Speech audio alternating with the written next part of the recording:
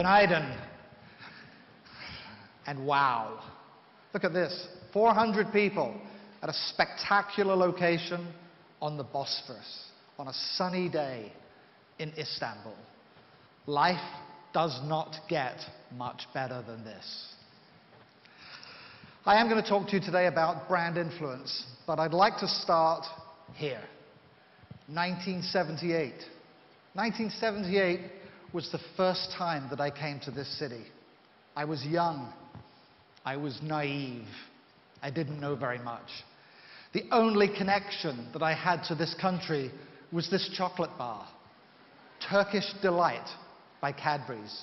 I knew nothing other than that about Turkey.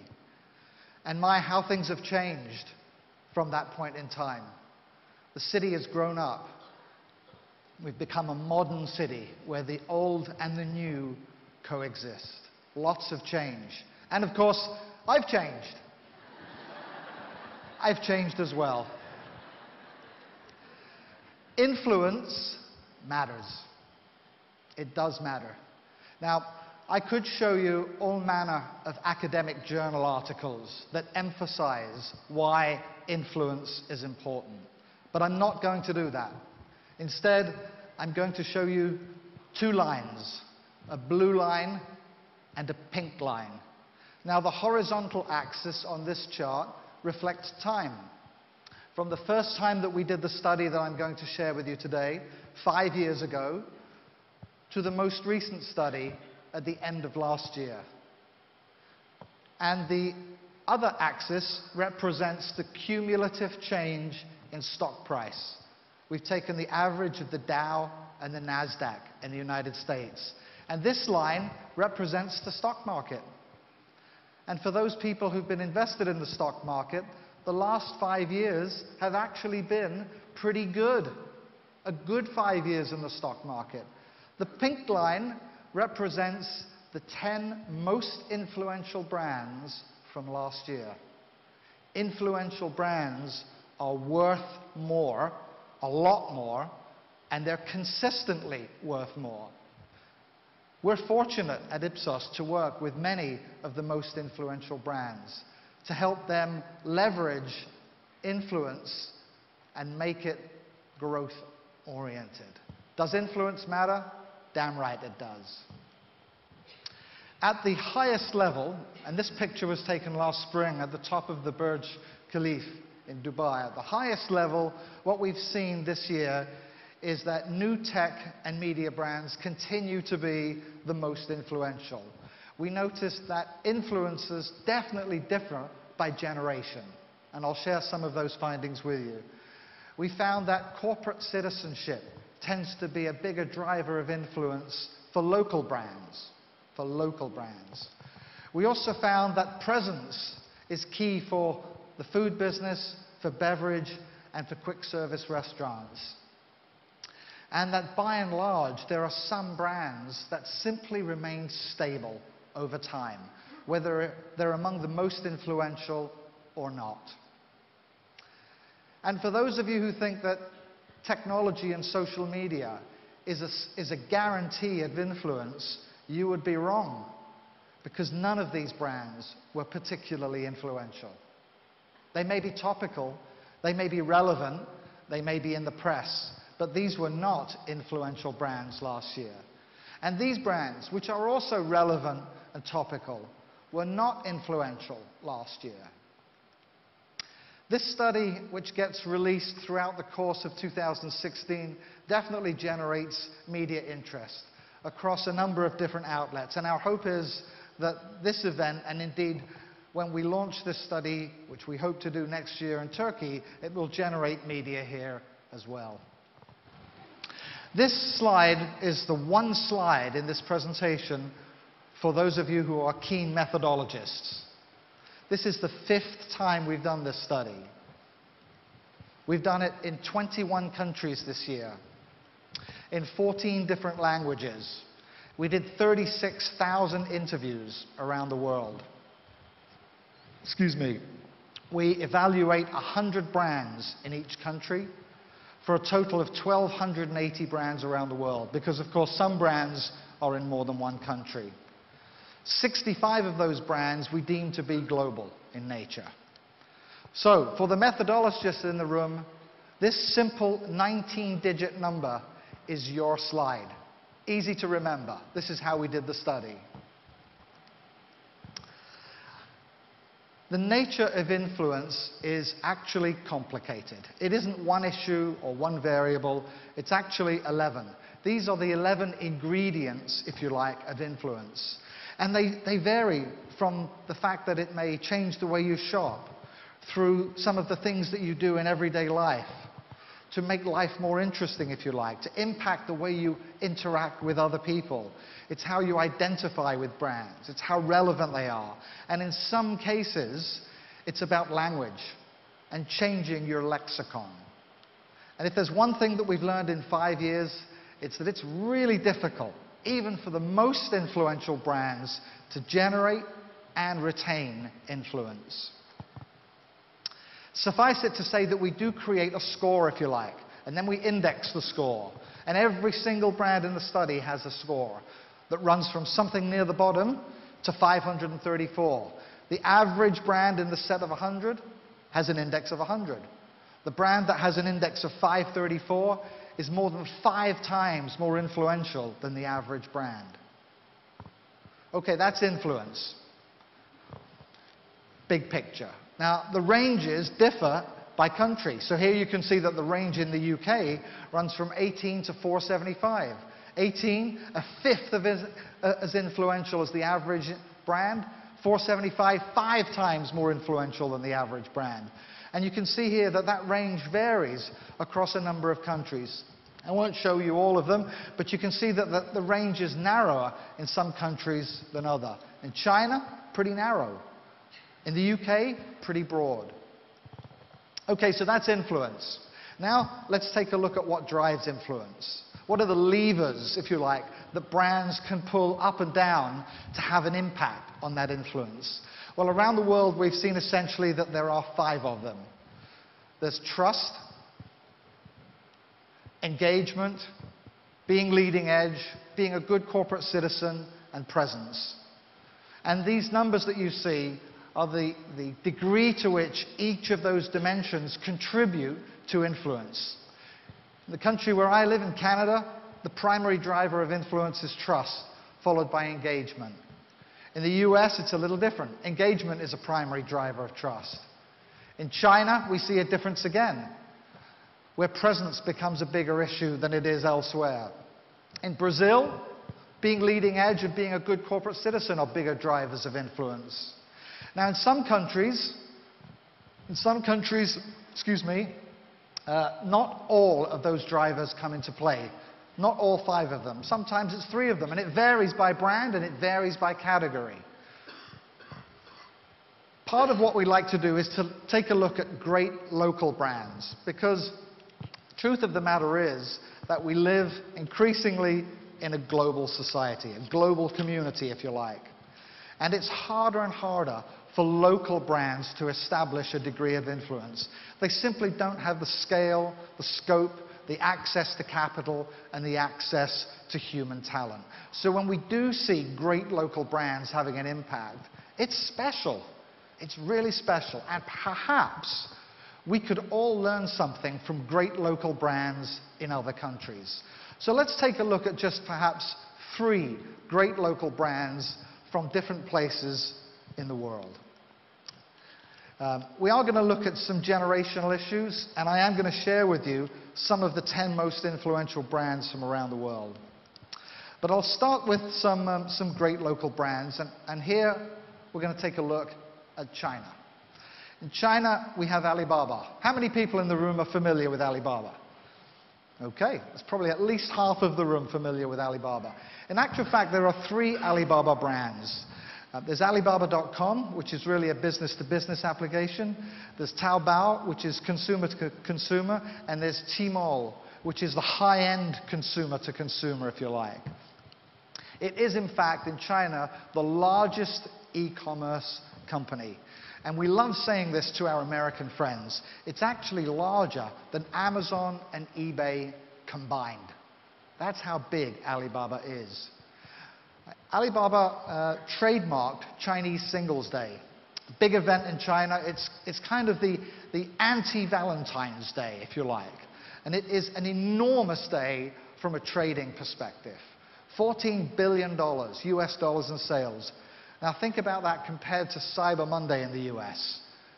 4 times bigger. That's an enormous trading day. And if we take a look at what drives influence in China, this is what happens across 100 brands. And this is the profile of influence for Alibaba. Rather different. Clearly you can see it's over-indexed in terms of both engagement and presence. So the profile of the brand is a little different.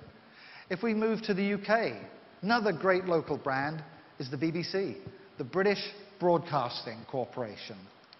The world's oldest and largest national broadcasting organization. $4 billion in revenue, mostly funded by a tax on British citizens. Quite unique indeed. Commercial-free programming. Almost 30% of all viewing in the UK is via the BBC. Very different from many national broadcasters. And in fact, the largest news broadcasting organization in the world. And the BBC continues to change. They continue to evolve. They are indeed the 5th most influential brand in the UK. Very few national broadcasters are in the top 10 around the world. Here's the profile of influence across 100 brands in the United Kingdom. And here's the profile of influence for the BBC, a news organization. Trust is fundamental, but also driven by great corporate citizenship. For the third example, I'm going to go to Germany, where we find Aldi. Our colleagues in North America don't know what's going to hit them when Aldi arrive in North America. Because if Walmart think that they're a discounting organization, Aldi take it to an entirely different level. They truly do. This is absolutely a grocery organization focused on cost savings. They have no shelves. Everything is a display-ready box. Almost all of it is private label. And only one size per item, only the size that sells the most. No multiple sizes. 1,400 items a store on average. North America, that's 1/10 the number in most grocery stores. Very different model. In Germany, here's what drives influence across 100 brands, and here's what drives influence for Aldi. Way over indexes on presence. Big footprint, lots of stores, large advertising budget. We could tell many stories about local brands that perhaps we could all learn from. If it works in one country, it might work in another.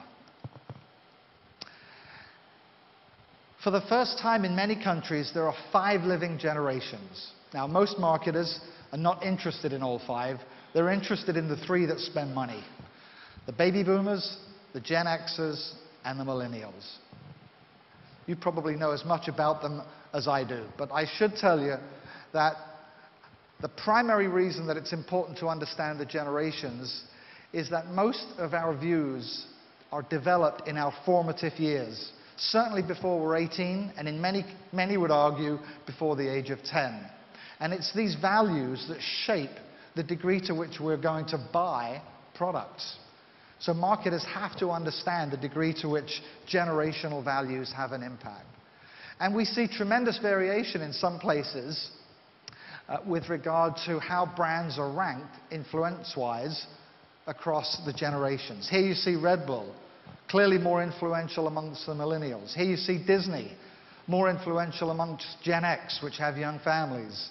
Here you see Bayer, more influential among my generation, the boomers. Here's IBM, big gap between the boomers and the millennials. Here you see J&J, which flips it round, more influential amongst the millennials. Here's Starbucks, clearly a difference between the generations. Here's Mercedes-Benz. You may not have expected this, but Mercedes-Benz less influential amongst the boomers. And if we take a look at this by country, in the United States, take a look at MasterCard, 12 to 37. Big gap between the generations.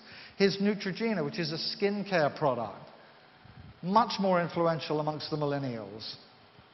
Here you have Domino's Pizza, much more influential amongst the younger generation. And here's Ben & Jerry's ice cream. My generation loved this stuff. In Canada, where I live, Netflix, the 5th most influential brand amongst the millennials, hardly registers amongst the boomer generation. Here's Twitter, big gap, 56 to 21. And here's Nintendo, doesn't register for the boomers, doesn't register. And Uber, in the press a lot. Not an influential brand, though. In Italy, Ray-Ban, number 17 amongst the millennials. You can see big gaps across some of these generations. Look at Fiat at the bottom there, number 14 amongst the millennials. Here's Australia, big gap here between the boomers and the millennials for Yahoo. For Instagram, it flips around the other way. For LG, we see a gap. And for McDonald's, clearly for Gen X, young families, a much more influential brand. And here's the French, VW, 21 for the millennials. Danone, a French brand, of course, number 10 for the boomers.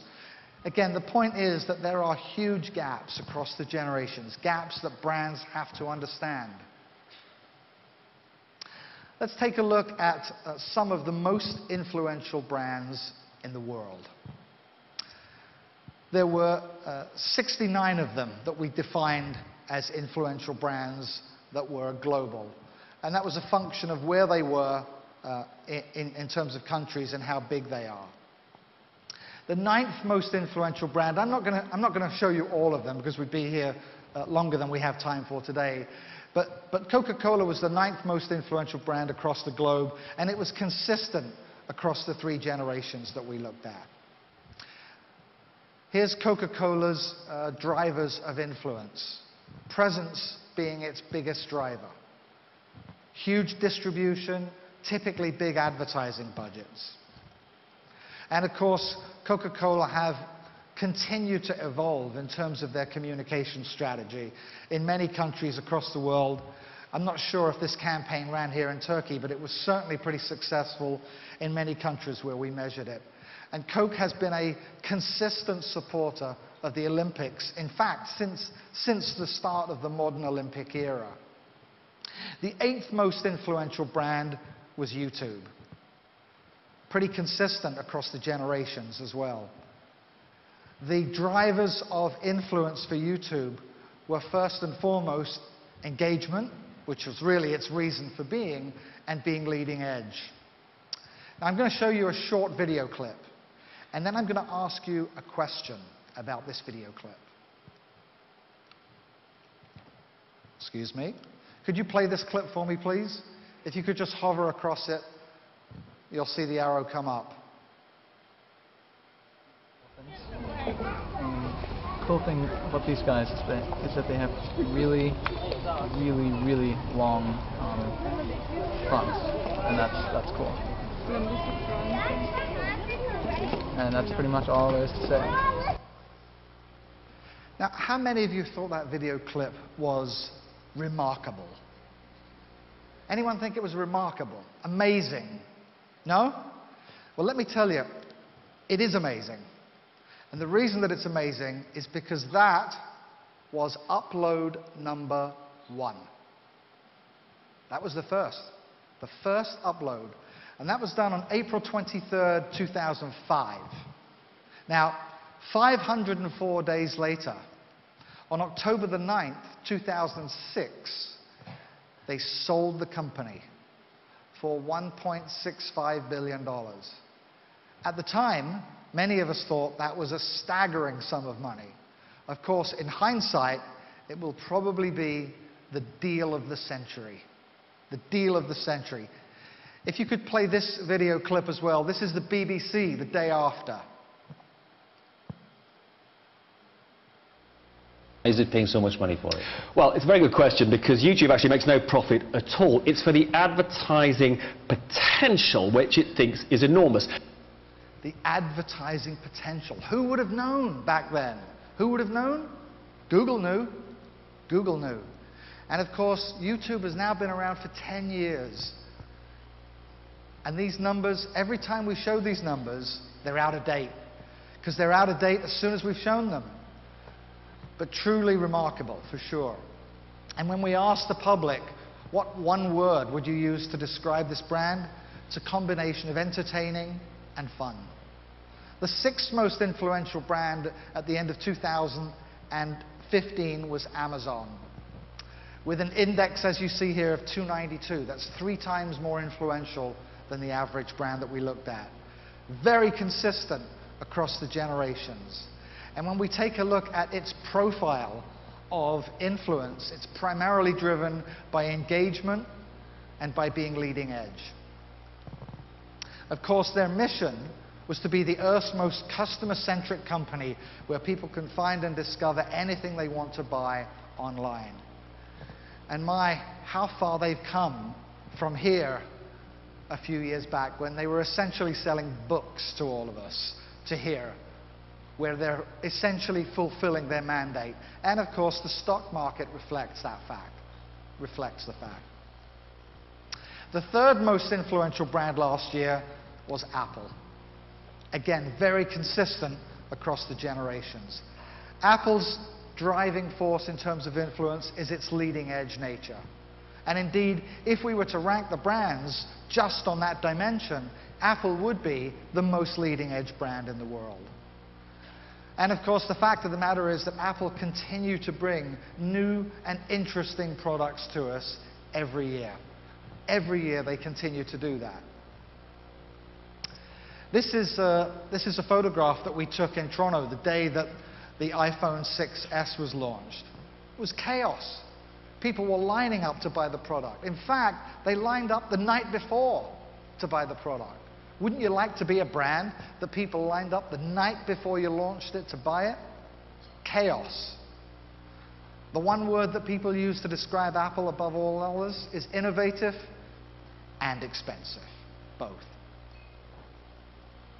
The 2nd most influential brand last year was Microsoft. Most influential amongst the boomer group.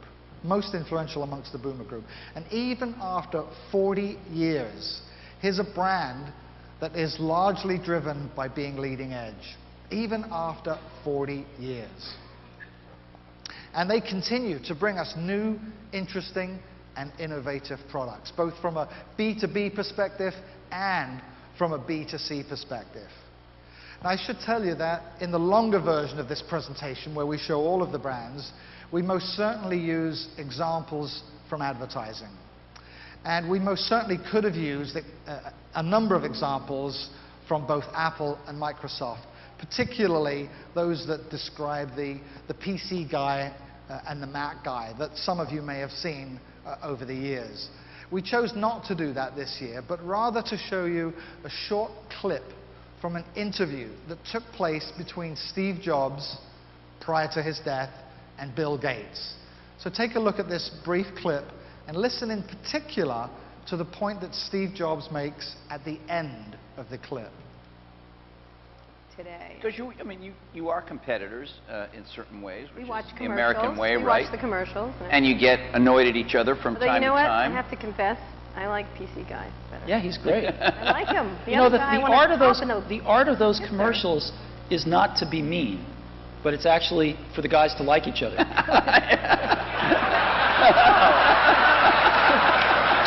Thanks. PC Guy is great. I like He's got a big heart. His mother loves him. His mother loves I'm him. telling you. Loves him. I like PC Guy totally much better. Wow. I do. I don't know why. He's endearing. The other guy's a PC Guy is jackass. what makes it all work, actually. Yeah. Did you hear that? He says PC Guy is what makes it all work, actually. And what he meant by that was for all of those of you in the audience who have Apple devices, when you open them up, there's an awful lot of Microsoft sitting in that device. That's what makes those devices work. And he knew that. He knew that very clearly. When we talk to citizens around the world about the one word that they would use to describe Microsoft, innovative continues to be that word. Continues to be that word. So again, a longer presentation, lots that we could share. 10 quick takeaways. The first is that ad spend alone doesn't buy influence. Does have an impact, but alone it doesn't buy influence. Second is that it's not simple. There are 11 ingredients, if you like, to influence. Third, as I said, there are 5 dimensions that drive influence, and they do vary somewhat by brand. Fourth is that repetition creates opportunity. Let me explain that. In the car business, which is arguably the largest spender on advertising, the average buy cycle for a vehicle is about 3 years. Every 3 years, car brand has a meaningful situation to exert influence. Google, every 36 minutes. Repetition absolutely creates more opportunity. Iconic leaders inspire influence. Steve Jobs, Bill Gates, they inspire influence. National pride plays a role, particularly for local brands. In our country, any brand that has the word Canadian in it inspires influence. The BBC inspires influence. Change in human behavior in some form. Facebook's doing that, for sure. Innovate and adapt to change. All of the qualitative interviews with CMOs that we did as background to this study, this was a key point that came out. 9 is that influence is earned and requires dedication. It takes time. And 10, as I said at the outset, creating influence is really tough, even for the most influential brands in the world. Thank you very much for your time.